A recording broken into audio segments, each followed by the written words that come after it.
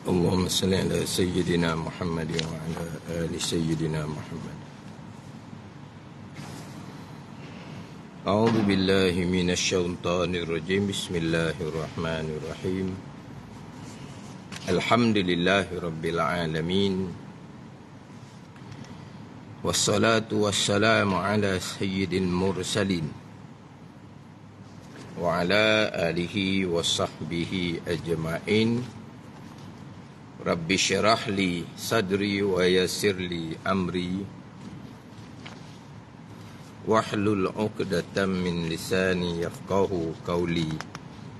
Subhanaka la ilma lana illa ma 'allamtana innaka antal alimul hakim. Wala haula wala quwwata illa billahil aliyyil azim. Kitab Pati Paridah, muka surat 65, baris yang kedua daripada bawah. Baris yang kedua daripada bawah. Qala al-muallifu rahimahullahu ta'ala wa nafa'ana bi'ulumihi amin.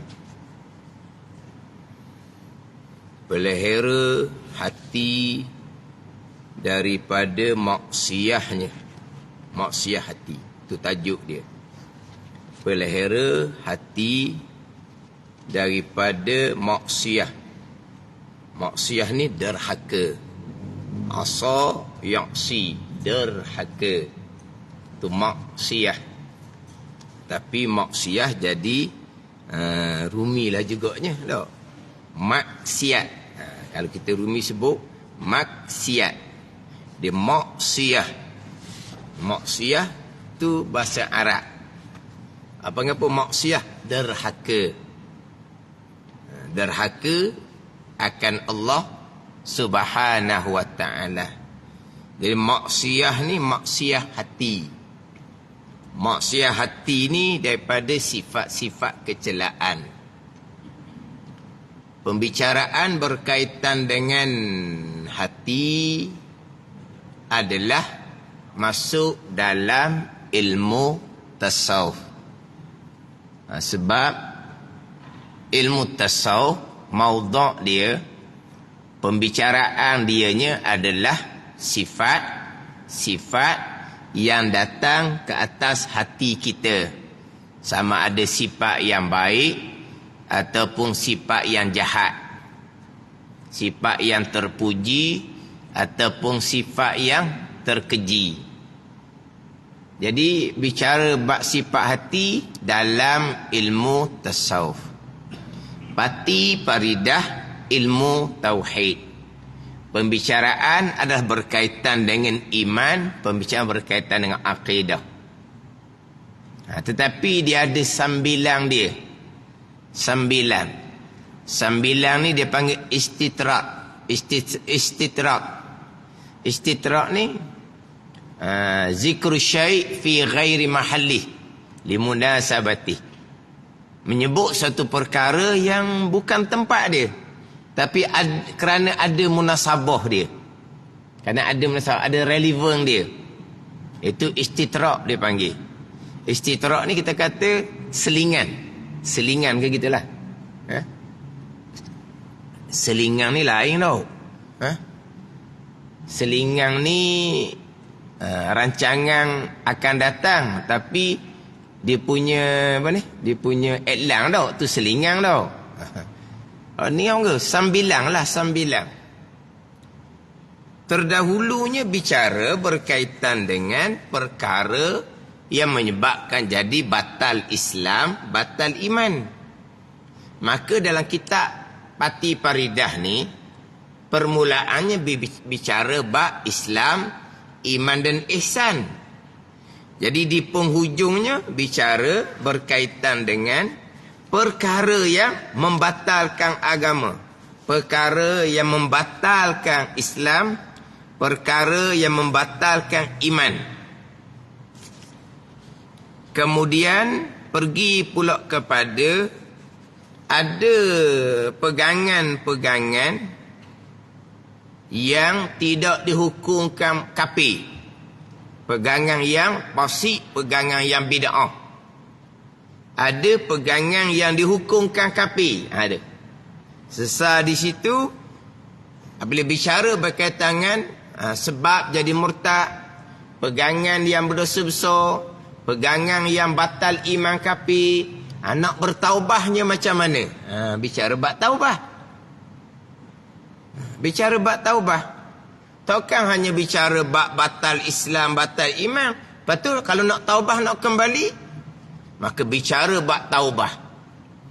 Taubah tu sendiri bukan dalam kitab tauhid. Taubah tu sendiri adalah ibadah hati. Tajuk kita ni maksiat hati.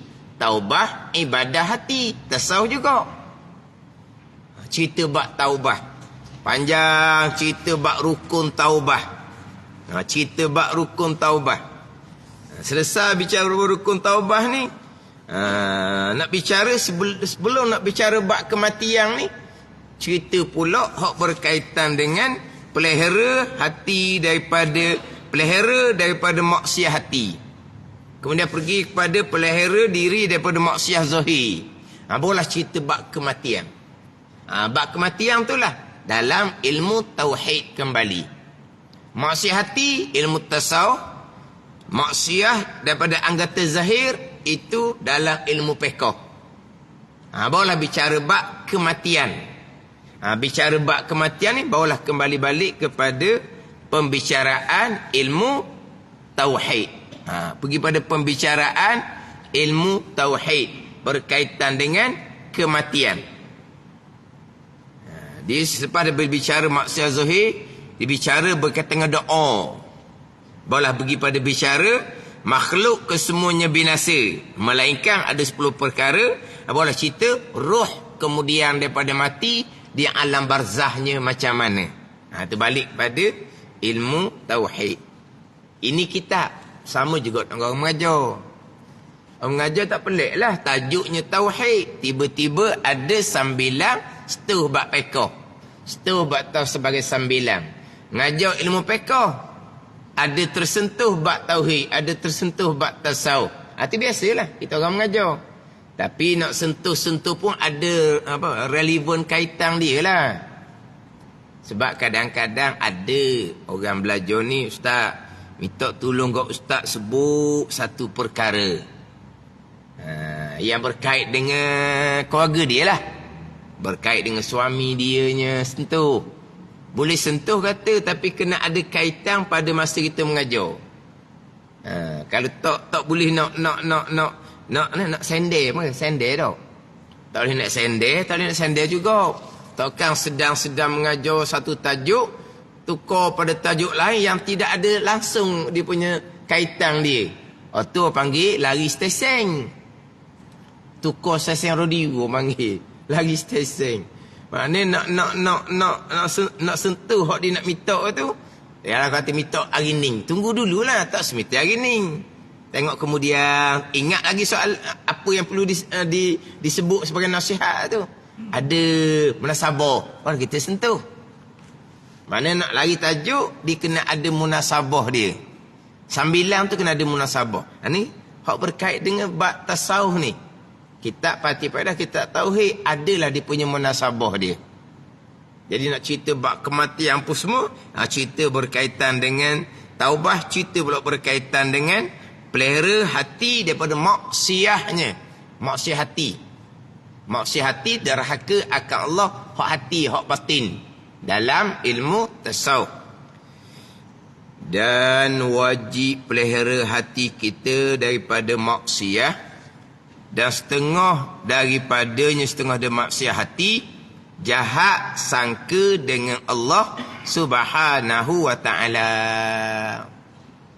Kita wajib pelihara daripada maksiat hati. Kena kenal lah maksiatnya mana. Pandai ni? Nak pelihara dan maksiat hati, apa dia maksiat hati? Itu hak dalam ilmu tasawuf. Kena tahu apa dia maksiat hati. Pergi kepada menghiasi hati dengan sifat kepujian. Kena tahulah pula apa dia sifat kepujian. Kemudian maksiat hati kena perinci satu-satulah. Ada pun hok dalam parti paridan sambilan. Dia tak akan perinci. Sebut-sebut gitu je. Tapi dalam ni tak adalah bicara berkaitan dengan menghiasi hati dengan sifat kepujian, tidak cerita dalam ni. Tapi maknanya wajib kita memelihara hati daripada maksiat hati, kena perinci satu-satu maksiat hati. Contoh dalam kitab Panawar bagi hati lah. Kemudian pergi kepada wajib menghiasi hati dengan sifat kepujian, kena perinci pula satu-satu sifat kepujian atau fardu ainnya. Dalam kitab Parti Faridah ni disebut rekah-rekah je lah. Sebab sambilang sahaja. Bukan maudhu' dia. Pada maudhu' dia ni, bang maudhu'. Maudhu' ni agenda. Atau apa? Bahasan. Sebab ilmu tauhid ada maudhu' dia, ilmu fiqh ada maudhu' dia, ilmu tasawuf ada maudhu' dia. Maudhu' ni dipanggil bahasan, agenda, gitulah. Tapi biasa kalau guru disebut maudhu' gitu je. Jadi maudhu' ilmu tauhid membicarakan bab akidah. Maudhu' ilmu fiqh membicarakan bab ketaatan zahir dan maksiat zahir. Saya kasarlah tu. Dia ada panjang maudhu' dia tu. Maudhu' daripada ilmu tasawuf bicara bab sifat yang datang ke atas hati. Atau maudhu' panggil apa? Agenda, bahasan gitulah. Pada ni. Jadi bukan maudhu' dia ni nak bicara bab maksiat hati ni, maka hanya didatangkan ringkas-ringkas sahaja. Dan setengah daripada maksiat hati, jahat sangka dengan Allah Subhanahu wa ta'ala. Jahat sangka dengan Allah. Dia jahat sangka ni bukan dengan Allah. Jahat sangka dengan manusia pun sudah berdosa. Jahat sangka dengan manusia pun sudah berdosa.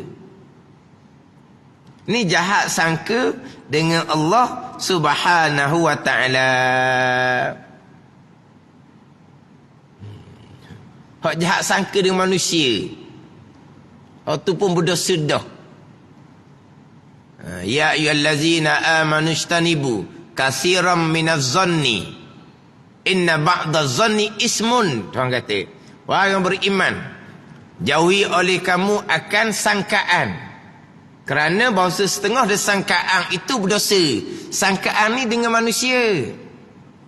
Setengah dari sangkaan tu berdosa. Setengah. Bukan semua sangkaan tu berdosa. Sangkaan mana yang berdosa? Sangkaan yang tidak ada qarinah dia panggil. Tak ada qarinah apa-apa. Tak ada tandaan apa-apa. Adapun ada qarinah, ada tandaan, tu tak berdosa. Faham tak ni? Kalaulah kita kata seseorang yang tidak dikenali datang ke masjid, tak kenal, tapi dia pakai comel, pakai molek, nampak je pakai comel tu, apa dia? Faham tak ni? Ada qarinah, ada tandaan ke tak yang dia tu bukan orang baik? Tak ada qarinah, tapi orang sekarang nampak tu sangkaan jahat. Waktu berdosa. Kalau mari ke masjid, mata dene Leo duk tengok ke tabung masjid, kita kenal dah ni budak ni peseng ni apa dah? Patang lepa. Pada patang lepa. Dah, patang lepa dah. Bukan pulut lepa. Patang lepa. Mana patang lepa? Patang lepa ada peluang je. Sebab dah. Okey dah. Sebab ni bukan rotan, sebab ambil ya. Dia mari tengok sikit budak tu. Tengok sikit. Jangan duk sangka buruk gitu. Dak sangkaan ni ada tandaan dia. Ada tandaan dia. Tak ada. Kalau tak ada tandaan tu kata sangkaan jahat. Bunyi budak tu duk berjerit sebelah rumah kita ni, jiran kita ni. Budak tu menangis. Bukan menangis perangai dah ni. Sebab menangis perangai lain. Menangis sakit lain. Ada ni? Tapi sangkaan. Sebab kita kata anak tu didera. Nampak kedok? Tak nampak. Itu sangkaan. Tapi sangkaan ada korinah. Itu bukan sangkaan jahat. Itu kena ambil perhatian. Kena lapor kepada pihak-pihak yang berkenaan supaya mari periksa. Ada ni. Kemudian berlakulah kematian kerana deraan. Rumah tu bukan rumah batu, rumah orang-orang biasa, rumah sewa papang biasa je. Tanya jiran tetangga, saya pun tak perasan. Pelik juga tak perasan tu. Takkan budak yang didera tu tak pernah berjerit, tak pernah menangis kesakitan. Kalau berjerit dan sakitan pasti dengar sebab rumah papang je. Bukan rumah batu ekon, bukan. Ini berpunca daripada apa ni? Tambuh cara tepi kain orang. Ada tak? Kita memang tak cara tepi kain orang. Tapi kalau ada perkara-perkara seumpama tu, kena ambil tahu. Tamu cara tepi kain orang ni maksud apa? Hak comel-comel tu. Jangan nak cara lah. Tapi kalau tepi kain dia tu carik, kena cara. Kena beritahu ke dia. Kain awak tu carik. Jangan cara tepi kain orang. Kena cara lah kain dia carik. Contoh. Itu bukan jahat sangka. Tapi sangkaan. Sebab tak nampak. Tapi ada korinah. Ada ni. Hak jahat sangka ni, tak ada. Tak ada kerana-kerana.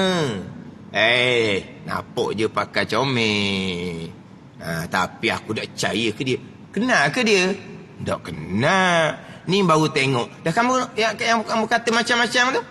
Apa korinah dia, apa tandaan dia? Tak sedap hati. Tu panggil hati dia ada sangkaan jahat. Ada ni. Mana dengan manusia pun berdosa dah kalau sangkaan yang jahat.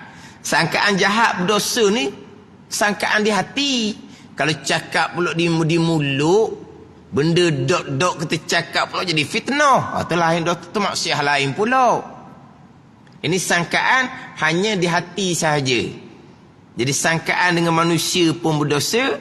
Ini jahat sangka dengan Allah Subhanahu Wa Taala lebih-lebih lagi. Mana contoh jahat sangka dengan Allah Subhanahu Wa Taala? Kita berdoa banyak-banyak pun Allah takkan berkenan. Itu jahat sangka. Kenapa Allah tidak berkenan? Allah sudah berjanji, ud'uni astajib lakum. Mohon oleh kamu akan daku, niscaya aku akan berkenan. Allah tak berkenan.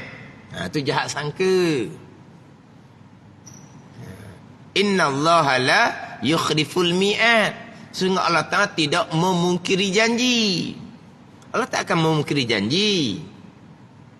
Lepas tu duduk mitok, tak ada berubah-berubah pun. Kita kena faham pula. Diperkenankan doa kalau cukup syarat. Tidak diperkenankan doa, kita letak sebelah kita lah. Doa kita tak cukup syarat. Ada ni. Kalau doa cukup syarat, diperkenankan oleh Allah, sebagaimana Allah janji, kita kena ingat pula. Allah perkenan fil waqtil ladzi yurid, la fil waqtil ladzi turid. Dalam kita kalam hikmah tu. Allah Taala perkenan pada waktu yang ia kehendak. Bukan pada waktu yang engkau kehendak. Allah kehendak perkenan segera, Allah perkenan segera. Allah kehendak perkenan kemudian, Allah perkenan kemudian. Allah perkenan doa Nabi Musa AS yang sesak di padang pasir. Allah perkenan bila? 40 tahun selepas Nabi Musa berdoa. Bukan 40 hari. Bukan 40 bulan. Ada ni 40 tahun. Perkenanlah tu. Tapi pada waktu yang Allah kehendak, bukan pada waktu yang engkau kehendak. Satu lagi kena ingat, Allah perkenan, Allah akan beri barang yang kita kehendak. Terkadang Allah beri barang yang lebih baik daripada yang kita minta. Itulah. Tadi Allah perkenan. Jangan jahat sangka dengan Allah Subhanahu wa ta'ala. Allah berjanji kena Allah perkenan. Tapi bila? Pada waktu yang Allah kehendak. Kalau kehendak kita doa malam ni, esok lah. Kita bangun malam-malam ni mengantuk ni. Bangun pagi esok tak bergerak nampaknya. Tak jadi. Allah Ta'ala ni. Jangan jahat sangka seumpama tu. Ada ni. Allah perkenan, terkadang Allah beri barang yang kita minta. Terkadang Allah beri barang yang lebih baik daripada barang yang kita minta. Kita duk minta kaya. Itu rezeki. Allah beri sehat. Itu pun rezeki. Ada ni. Kita minta kaya, Allah beri sehat. Sebab apa? Sehat ni lebih baik daripada kaya. Kalau beri kaya, kemungkinan jadi hanyut. Tapi Allah beri sehat. Siapa ketua sehat je. Kita duk minta kaya. Allah perkenanlah tu. Mana? Sebelum kita berdoa. Dan kita yakin Allah akan perkenankan doa. Yang pasti Allah beri pahala untuk dibalas pada hari akhirah. Itu pasti. Allah beri pahala, Allah balas di hari akhirah. Jangan jahat sangka dengan Allah Subhanahu wa ta'ala. Sama juga, taubat pun Tuhan tak terima. Itu pun samalah. Itu jahat sangka. Kenapa Allah tak terima? Kalau kita melengkapkan rukun taubat, Allah akan terima taubat hamba dia. Allah tak terima dah. Itu jahat sangka dengan Allah Subhanahu wa ta'ala. Ginilah. Kita minta maaf tak lagi dengan orang yang kita buat salah. Kamu pergi minta maaf dulu dengan dia. Kalau aku minta maaf pun, dia tak akan maafkan akunya. Tak. Minta maaf tak lagi. Dok. Tapi dia akan maafnya. Itu jahat sangka. Kenapa kita nak sangkakan orang tu berdendam sampai tak memaafkan kita? Ada ni. Kita minta maaf. Tak boleh minta maaf. Berapa? Dia tak akan maafkan. Itu jahat sangka lah orang panggil. Pada ni. Kalau kita pergi minta maaf, dia tak maaf sungguh, kita letak sebelah kita pula. Dia tak maafkan lagi tu sebab kita buat tu berat sangat dulu ke dia. Kena letak di kita lah. InsyaAllah nanti dia tenang, minta maaf semula, dia maafkan. Kena sentiasa sangka baik. Kemudian keburukan tu kita lah. Kenapa dia tak segera maafkan? Kemungkinan akan datang dimaafkan sebab kita berat sangat buat ke dia. Contoh pada ni. Jadi minta maaf dulu, samalah minta ampun dengan Allah Ta'ala. Dan kita yakin Allah Ta'ala akan ampuni dosa apabila kita melengkapkan dia punya kewajipan rukun ketika bertaubat. Jangan jahat sangka dengan Allah. Itu maksiat hati. Dan sangka aman dirinya daripada Tuhan murka. Dan putus asa daripada rahmatnya. Dan sangka aman dirinya daripada Tuhan murka. Dan putus asa daripada rahmatnya. Kedua-dua ni lawan kepada sifat kepujian khauf dan sifat kepujian raja. Dan sangka aman dirinya diri seseorang daripada Tuhan murka. Ini lawan kepada khauf dan putus asa daripada rahmatnya, rahmat Allah Subhanahu wa ta'ala. Ini lawan kepada raja. Lawan kepada raja. Khauf raja itu bicara sifat kepujian. Khauf dan roja itu bicara sifat kepujian. Khauf takut akan Allah, lawan dia aman, rasa sentosa daripada murka Allah Subhanahu wa taala. Khauf takut akan kemurkaan Allah Subhanahu wa taala. Takut akan kemurkaan Allah Subhanahu wa taala. Lawan dia rasa aman daripada Tuhan murka. Raja harap akan rahmat Allah, sifat kecelaannya putus asa daripada rahmat Allah Subhanahu wa taala. Dia dalam kitab Penawar Bagi Hati, khauf sifat kepujian yang kedua. Di dalam bicara khauf didatangkan pembicaraan berkaitan dengan raja. Ketika membicarakan khauf dibicarakan berkaitan dengan raja. Kemudian selepas bicara raja dibicarakan pula berkaitan dengan dia panggil umniyah, angan-angan kosong yang dicela pada syarak. Umniyah, angan-angan kosong. Selepas bicara raja, dalam kitab Penawar Bagi Hati bicara khauf dan raja ni taklah sepanjang bicara dalam kitab Minhajul Abidin. Khauf dan raja dalam kitab Minhajul Abidin dicukup halus, cukup panjang bicara, cukup halus. Bicara khauf dan raja di Aqabah yang kelima. Di Aqabah yang kelima. Dalam kitab Minhajul Abidin dia ada 7 Aqabah, 7 bonggok, 7 peringkat. Jadi khauf dan raja Aqabah yang kelima, Aqabatul Bawa'is. Aqabatul Bawa'is ni yang membangkit semangat kita untuk mengabdikan diri akan Allah dengan mengerjakan segala suruhan dan meninggalkan segala larangan. Itu ba'is. Ba'is ni yang memberi semangat untuk mengabdikan diri akan Allah. Mengabdikan diri akan Allah ni 2 jalan. Mengerjakan suruhan dan meninggalkan larangan. 2 jalan. Mengerjakan suruhan dan meninggalkan larangan. Itu mengabdikan diri akan Allah Subhanahu wa taala.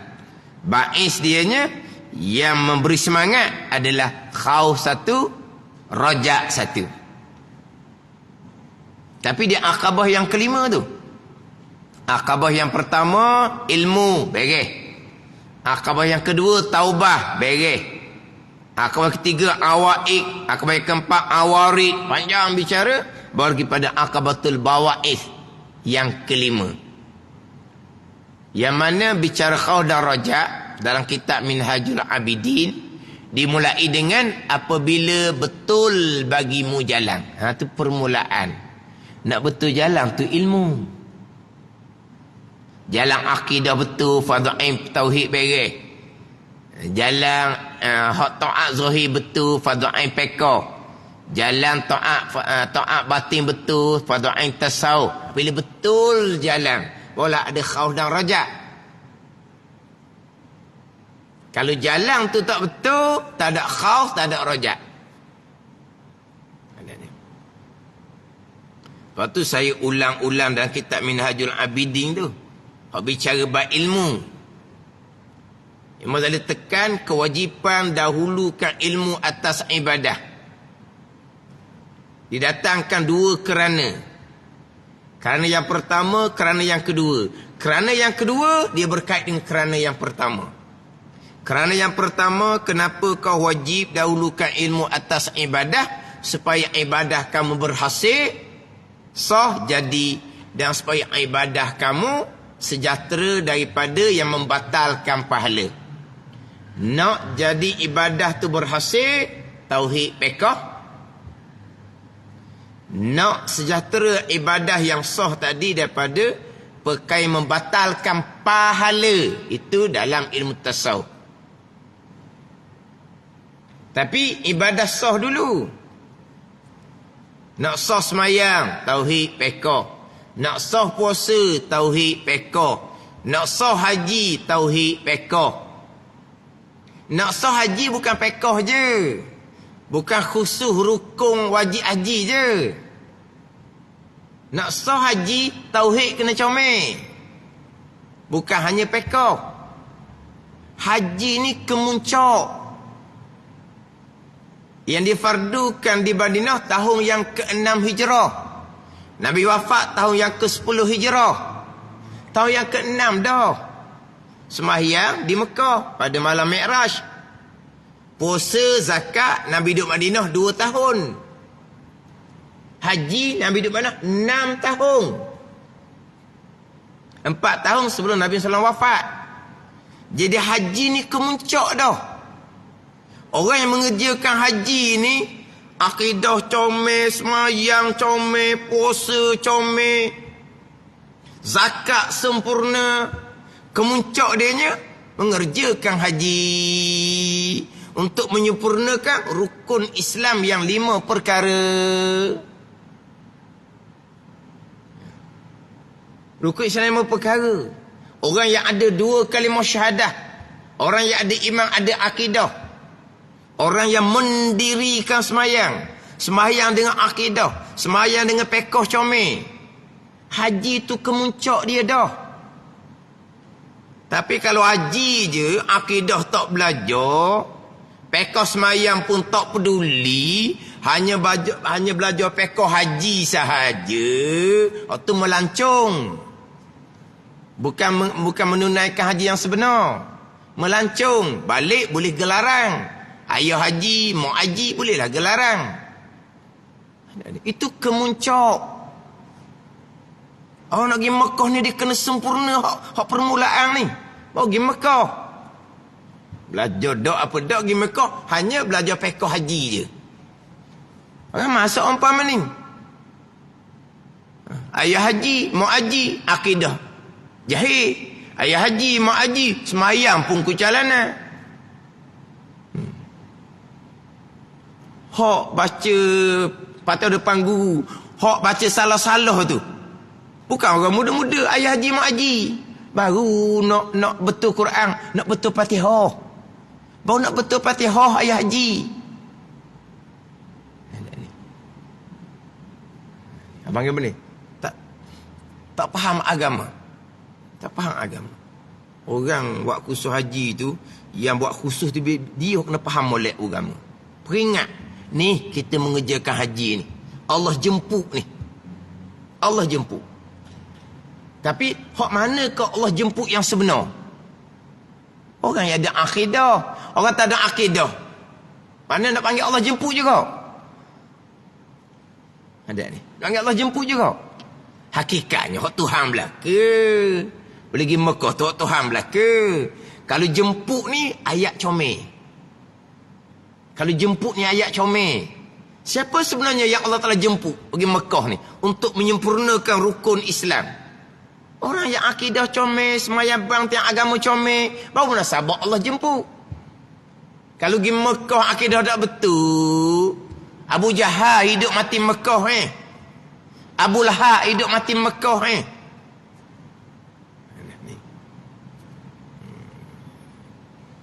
Allah Ta'ala jemput mana? Allah jemput untuk menyempurnakan agama, rukun Islam.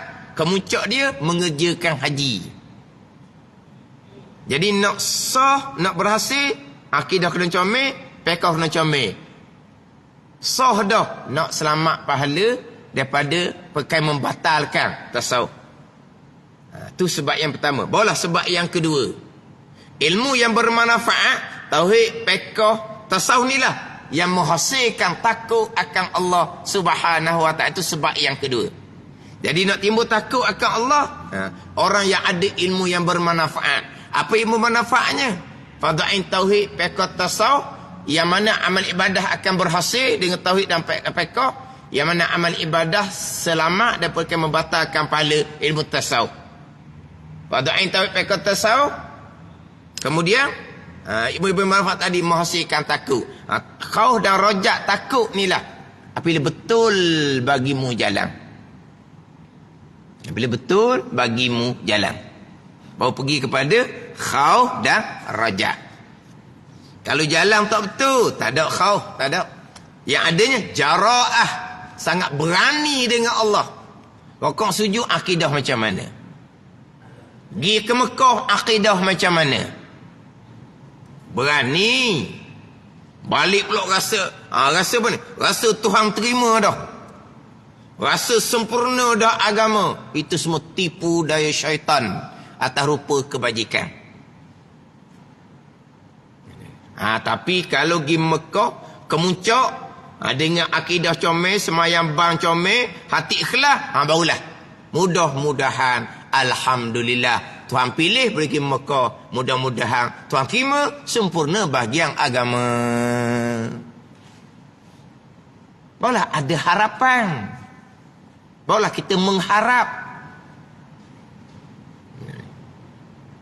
Kalau tidak ada harapan, bukan sangat berani. Duk tanah halal, tanah kita ni. Pergi tanah haram Mekah, Madinah. Tanah suci Mekah, Madinah. Tapi akidah macam mana? Tak peduli. Orang sangat berani dengan Allah Subhanahu wa ta'ala. Jara'ah dia panggil. Sangat berani.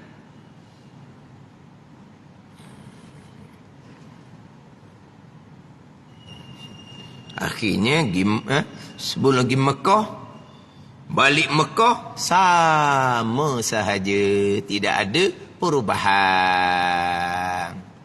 Hak jahil kekal jahil, hak tak belajar kekal tak belajar, hak sombong kekal dengan kesombongan. Itu hanya melancung lah orang panggil, melancung. Jadi nak khauf nak rojak, kena betul jalan. Jadi lawan kepada khauf ni aman. Sangka aman diri daripada Tuhan murka. Sangka aman, sangka aman. Sebab apa? Semayang bang dok tinggal. Mati pejang rapaklah mata. Pejang rapak mata. Rasa aman tak untuk murka dah. Itu maksiat hati. Dan putus asa dari rahmatnya. Putus asa ni macam mana pula?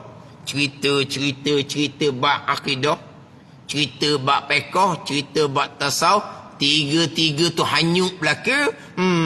Tak ada bahagian dah. Tu putus asa pula. Ni. Sebab putus asa? Sebab kerana tidak mengharap akan rahmat Allah, kerana berlebihan takut akan Allah Subhanahu wa ta'ala. Jadi khauf dan rajak ni kena letak molek. Takut yang berlebihan, maka tidak ada harapan kepada rahmat Allah, yang diputus asa. Harap berlebihan, tak ada apa dah. Yang Allah tak ampun tu orang mati kafir je. Kita tak kafir. Orang tak kafir ni syurga juga akhirnya. Ni. Harap lebih sangat. Dia kena letak khauf dengan rajak tu. Betul kita melihat dia panjang. Sebab di antara khauf dan rajak ni dipanggil jalan yang sangat halus. Nak letak jalan adil, jalan tengah molek-molek ni gak, kena beringatlah. Dia nak adil ni, jalan tengah molek ni tak sebenarnya sama banyak. Adil ni tak sebenarnya sama banyak. Terkadang sama banyak khauf dan rajak. Ada situasi kena lebih khauf daripada rajak. Ada situasi keadaan kena lebih rajak daripada khauf. Adil lah tu. Ada ni. Contoh ginilah. Hukum Allah adil. Tapi Allah menetapkan hukum pusaka waliz zakari mislul unsayain. Lelaki dua bahagian perempuan. Adil ke? Adil lah tu. Jalan betul lah tu. Dok sama. Memanglah. Adil lah. Ada ni. Macam ginilah. Mak ayah belanja kepada anak-anak. Anak lelaki dengan anak perempuan. Ada pada satu segi itu besar belanja anak lelaki. Ada pada satu segi itu besar belanja untuk anak perempuan. Adil lah tu. Ada ni. Adil. Ada satu perkara yang anak lelaki yang paling besar belanja, anak perempuan tak berapa besar mana belanja. Dan adil lah. Sesuai dengan dia anak lelaki. Tapi ada perkara besar belanja anak perempuan pula dan anak lelaki. Adil tu. Duduk sama. Adil tak mesti sama. Jadi khauf dan rojak jalan adil ni, ada keadaan kena lebih banyak khauf. Ada keadaan kena lebih banyak rojak. Jalan adil tu. Macam kita ni, nafsu kita nafsu yang tidak terlatih, kita kena lebih takut daripada harap. Dalam situasi seseorang yang agak uzur dah, tua dah, terlambat dah, baru nak belajar nak apa, dia kena lebih harap daripada takut. Ni. Pandai ni. Lebih harap dan takut lah. Dah belajar kemudian. Banyak hak kena perbaiki kembali. Akidah pula kena bertaubah, kena perbaiki kembali akidah. Dah selama kening. Lepas tu belajar kemudian tak apa sihat mana. Ilmu pun nak faham payah. Lepas tu nak bertaubah, nak perbetulkan akidah pula. Lepas tu kena lebih banyak harap akan rahmat dan keampunan Allah daripada takut akan kemurkaan dan azab Allah Subhanahu wa taala. Ini banyaklah orang ngaji pasal ni. Orang tua-tua gitulah. Kena letak molek lah kata. Sampai peringkat tak boleh nak tidur lah. Akhirnya tertekan. Dia pula banyak penyakit. Jadi timbul macam-macam lah pulaknya. So apa? Dia ingat kembali dahulu. Bukan setakat dia tu akidah salah. Dia dulu mengajar orang. Dia kata dia mengajar pula sekolah. Sekolah lah, bukan mengajar masjid. Tapi ustaz lah. Tapi dia mengajar sekolah tu. Kalau gitu gak salah akidah saya ajar pada pelajar saya, bertaubah dengan Allah. Dah pelajar tu macam mana? Dah kita tak ada hubungan dengan mereka. Kalau kita masih lagi ada hubungan dengan mereka, kita akan perbetulkan balik apa yang kita ajar.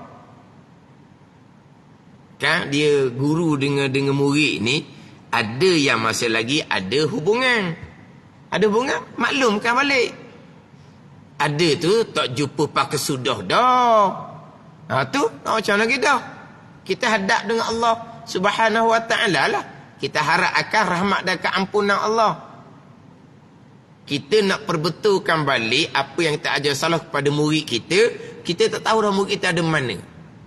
Dan kita pun uzur dah. Perhubungan kita pun terhad dah. Maka kita kena lebih kepada harap rahmat dan keampunan Allah. Apa yang berlaku, kita redha. Itu adalah qada dan qadar Allah Subhanahu wa taala. Situasi seumpama tu, jalan adilnya kena banyak harap daripada takut akan Allah Subhanahu wa taala. Letak molek. Tak kena letak akan timbul sangka dirinya aman dari muka Allah. Satu laginya, dan putus asa daripada rahmat Allah Subhanahu wa ta'ala. Mana contohnya? Seperti berkata ia. Ni contoh putus asa. Cuba tengok contoh putus asa tu. Ada di kita tak contoh putus asa tu? Saya sengaja je baca kemudian ni. Saya sengaja je. Setakat berhenti dan putus asa dari rahmat Allah. Seperti tu saya tak baca lagi. Cuba tengok seperti tu contoh dia. Mana seperti putus asa dari rahmat Allah? Seperti berkata ia. Aku. Itu perkataan dia. Aku tu kena buat pembuka kata cotek di atas tu lah. Aku tentu tidak dapat umpama ilmu yang aku mengaji dan sebagainya. Nak belajar tak nampak jalan dah. Ada ni. Sebab tu contoh ni saya stop dulu. Ngelah kita baca perabi. Kan biasa kan saya baca dulu banyak, baru saya undur balik. Tadi saya baca, saya stop situ. Seperti tu memang saya stop. Biasa saya akan baca sampai ke titik lah. Lepas tu baru undur balik, baru hurang. Tapi seperti ni, orang apa? Suspend ke apa mana? Suspend. Sebab apa? Ayat ni, saya jumpa ramai sangat dah ayat ni. Minta maaf lah. Saya jumpa ramai sangat ayat ni. Ayat gini lah, ayat lain-lain. Tapi maksud dia gini lah. Maksud kita ni. Seperti berkata ia, aku tentu tak dapat umpama ilmu yang aku mengaji. Dan sebagainya lah. Nak belajar tua-tua ni tak ada bahagian dah. Mokcik nak buat amal je. Mokcik belajar pun tak boleh dah. Pada ni tak sungguh ni. Orang tua lah biasanya. Lepas tu ada pula mokcik duk belajar macam budak-budak. Mokcik tak padang dengan mokcik. Ni mokcik amal zikir yang saya beri ni. Mokcik akan sapa ke Tuhan. Duduk seminggu dua, mokcik akan rasa lalu perbezaan. Mokcik duk belajar, faham ke tak? Nak faham payah. Lepas faham nak lekat lama payah. Pada ni. Lepas tu, bukan omong mokcik belajar ni mokcik omong mokcik beramal. Mereka belajar gitu, bila mokcik nak naik makam? Marilah penghasu. Ustaz juga.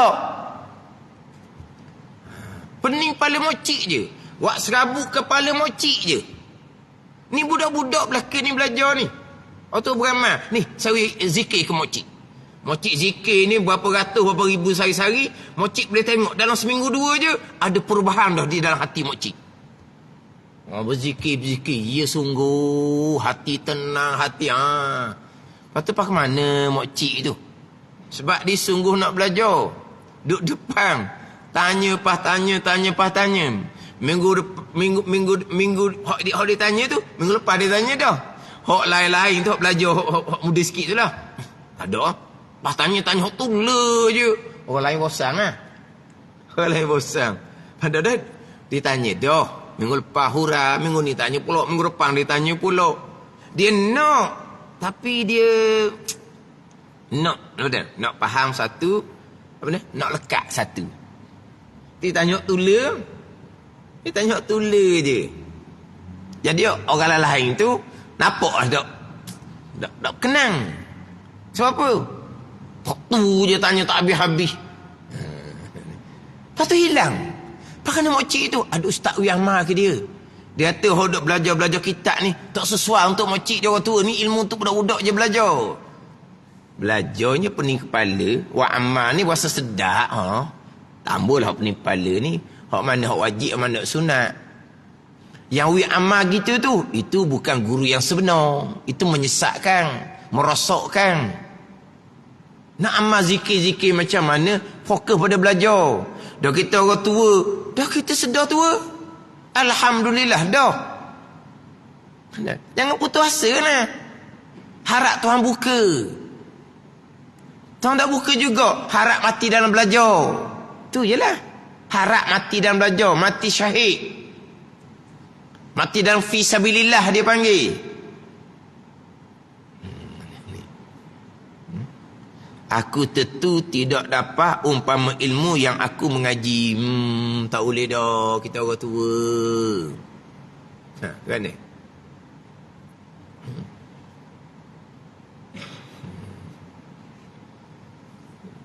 Memanglah belajar ni budak-budak. Ilmu fardu ain ni sebelum balik.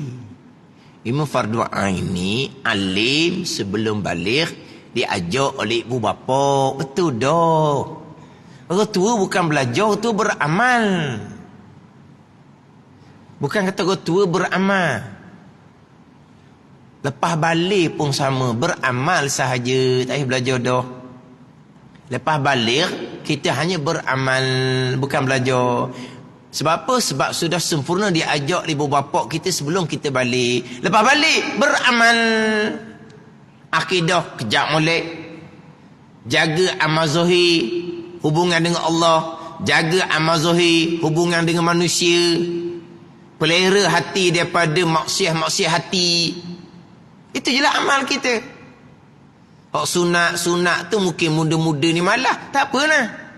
Janji akidah comel. Sampai fardu cukup, sampai fardu yang sah, sampai fardu yang sempurna ilmu fardu fiqh dan tasawuf. Sampai sunat tak ada, tak apalah. Janji kewajipan, amal wajib lengkap. Hubungan dengan anak Adam yang lain dipelihara sungguh-sungguh. Cukup lah. Amal je lah. Amal wajib. Ilmu tak payah dah. Bukan kata umur 60, 70. Umur 15 tu ayah belajar dah. Tapi dah kita balik umur 15 ilmu tak ada. Balik pula umur 50 lepas pecing ilmu tak ada. Berapa kali balik ya?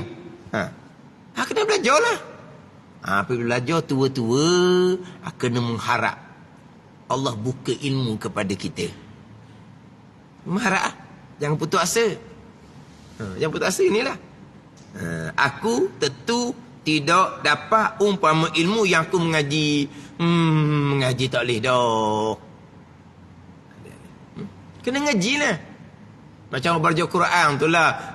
Tak ada bahagian dah, lidah keras dah. Tak ada bahagian macam mana, bolehlah bahagian kodoh lidah keras. Memang akan lebih comel daripada baca sebelum belajar. Tapi nak comel macam orang, payah dah lah sebab lidah keras. Tu belajar Quran, belajar fardu ain tauhid fiqh gitu juga. Akan comel nak banding dengan kita pada masa jahil. Tapi nak comel macam orang lain belajar, lah. Harap-harap tuan pergi comel. Tapi adat kata tak akan jadi comel sebagai orang yang belajar muda-muda. Tapi alhamdulillah lebih baik daripada kita belajar. Tapi banyak lagi salah dan belajar dimaafkan oleh Allah Subhanahu wa taala.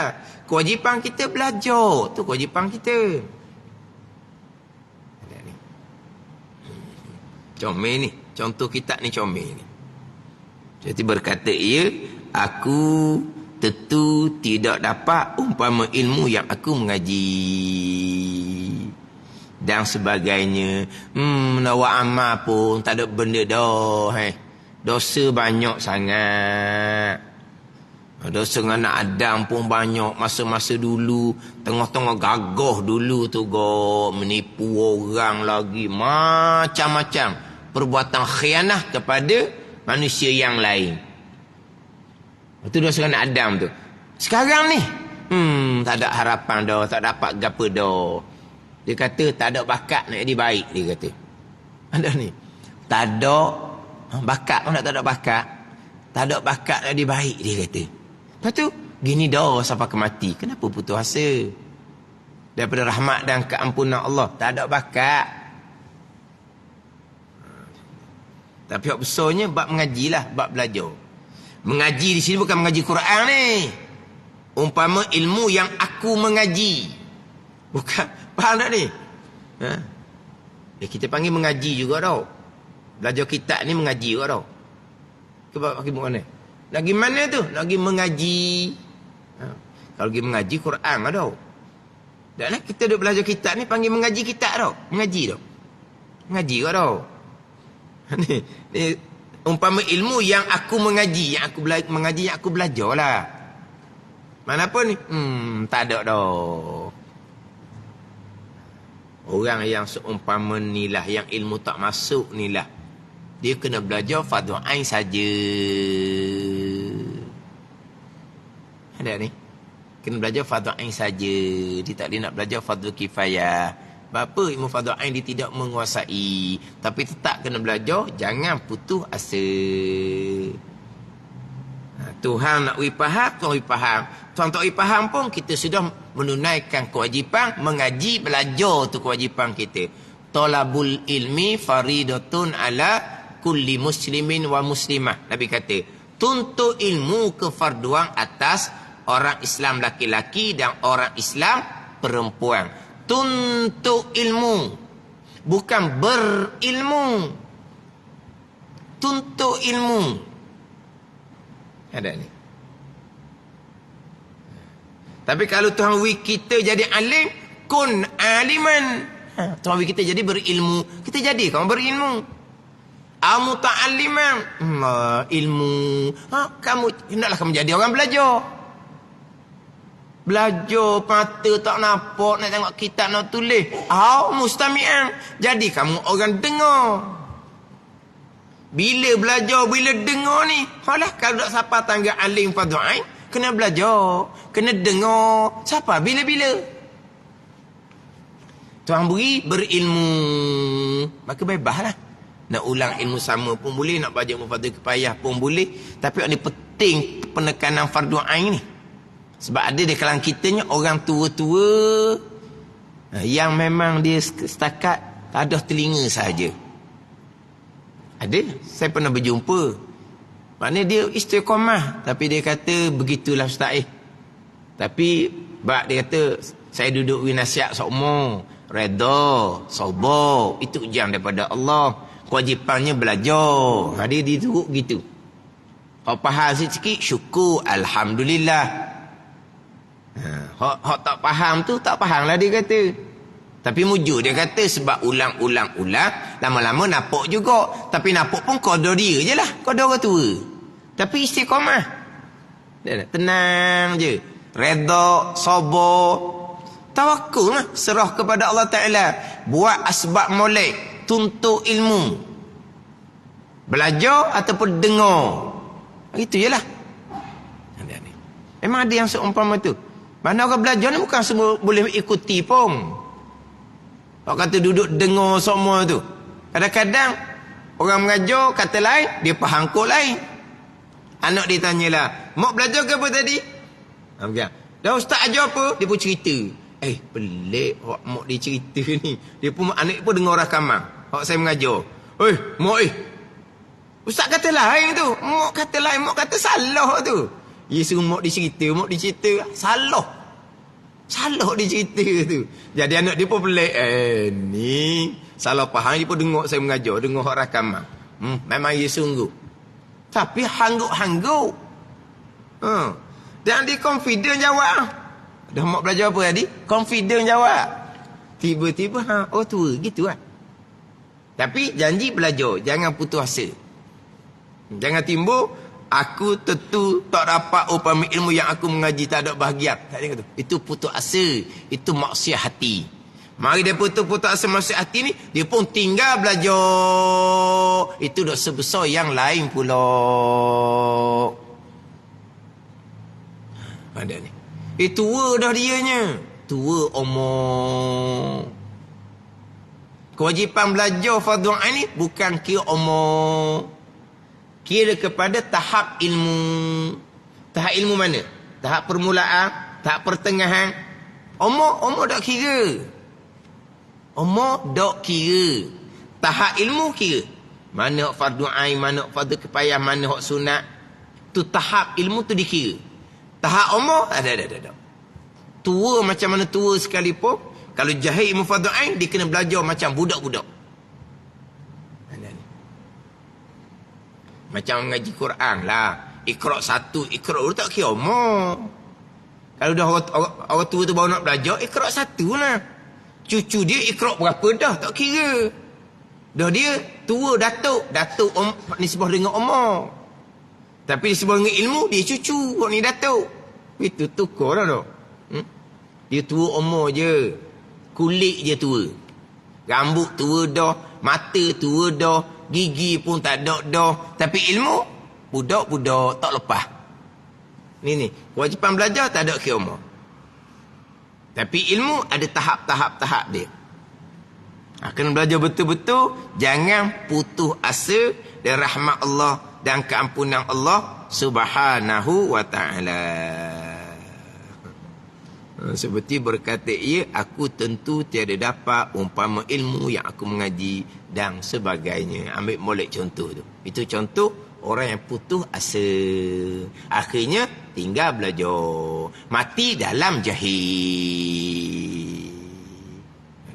Bahagian masing-masing.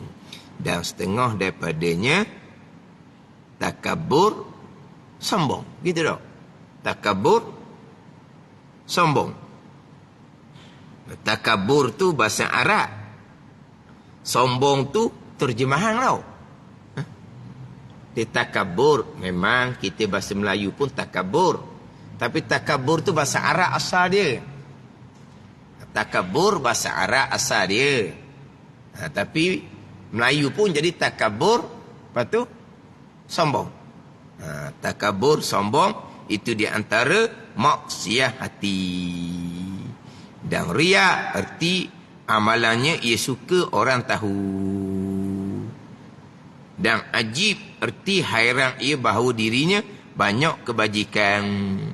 Dan dengki supaya hilang nikmat orang lain. Dan cita hendak mengekal atas maksiat. Cita hati nak mengekalkan atas maksiat. Itu pun maksiat hati juga. Dia buat maksiat, itu maksiat zahir. Cita di hati. Dan sayang dengan perkara yang wajib seperti zakat dan lain. Sayang dengan perkara yang wajib. Apa makna sayang? Sayang dengan perkara yang wajib. Mana apa? Nyayang lah. Ada nyayang, kedekut. Bakhil. Kita sebut sayang dengan perkara yang wajib. Memang kita sayang? Tak sayang? Hak ni hak wajib-wajib ni kita sayang wajib-wajib ni. Kenapa sayang? Kita buat molek sebab sayang tau. Ini sayang dengan perkara yang wajib. Kenapa? Nyayang. Kedekut. Itu makna dia gitulah. Bukan panggil nyayang. Kedekut tu bukan panggil nyayang kita. Allah nyayang sungguhlah. Nyayang. Kenapa? Kedekut. Ini makna sayang ni. Sayang dengan perkara yang wajib. Sayang comel lah. Benda wajib kita sayang sungguh. Sayang mana apa ni? Bakhil. Kedekut. Saya ada kitab Faridah ni. Kitab Faridah ni pun dan sayang juga. Dan sayang juga. Dan sayang dengan barang yang diwajibkan oleh Allah daripada zakat dan lainnya. Sayang apa ni? Kedekut. Itu pun antara maksiat hati. Wallahu a'lam.